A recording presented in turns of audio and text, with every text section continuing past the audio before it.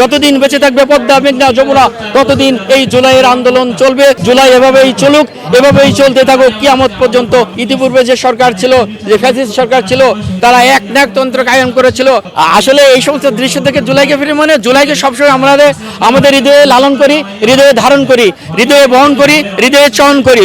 সবসময় জুলাই আমাদের সাথে থাকুক, এটা আমরা আমাদের হৃদয়ে লালন করি। সুতরাং এই এখনকার শুধু এই দৃশ্য নয়, সবসময় চাই যতদিন বেঁচে থাকবে, একটু আগেও বলেছি, যতদিন বেঁচে থাকবে পদ্মা মেঘনা যমুনা ততদিন এই জুলাইয়ের আন্দোলন চলবে, জুলাইয়ের সংস্কার চলবে। জুলাই এভাবেই চলুক, এভাবেই চলতে থাকুক কিয়ামত পর্যন্ত, এটাই আমার প্রত্যাশা। যারা আসলে জুলাইকে খাটো করে দেখছেন বা খাটো করবার চেষ্টা করছেন, তারা একান্তই তারা নিজেদের স্বার্থকে সমৃদ্ধি করবার জন্য, তারা সমাজের উঁচু আসনে বসবার জন্যই আসলে তারা এই প্রচেষ্টাটা করছে এবং তারা খাটো করার চেষ্টা করছে। জুলাইকে কোনো ক্রমেই খাটো করে দেখা উচিত নয়। জুলাই আমাদের যে শিক্ষা দিয়েছে সেটা হলো আমাদের স্বাধীনতার শিক্ষা, আমাদের মতামত স্বাধীনভাবে প্রচার করার শিক্ষা। এবং জুলাই যে আমাদেরকে শিক্ষা দিয়েছে সেটা হলো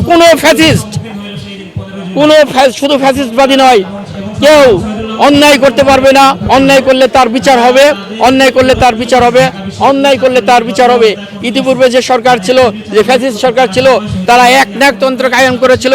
একনায়কতন্ত্র কায়েম করার কারণেই মূলত কিন্তু এই জুলাই আন্দোলনটি হয়েছিল। তারা আমাদের বাক স্বাধীনতাকে রুদ্ধ করেছিল, আমাদের বাক স্বাধীনতাকে কারারুদ্ধ করেছিল, আমাদের কণ্ঠকে স্তব্ধ করেছিল, আমাদের কণ্ঠকে স্থিমিত করেছিল। এই জুলাই আন্দোলনের মাধ্যমে আমরা আবারও আমাদের কণ্ঠের যে স্বাধীনতা সেটা আমরা ফিরে পেয়েছি।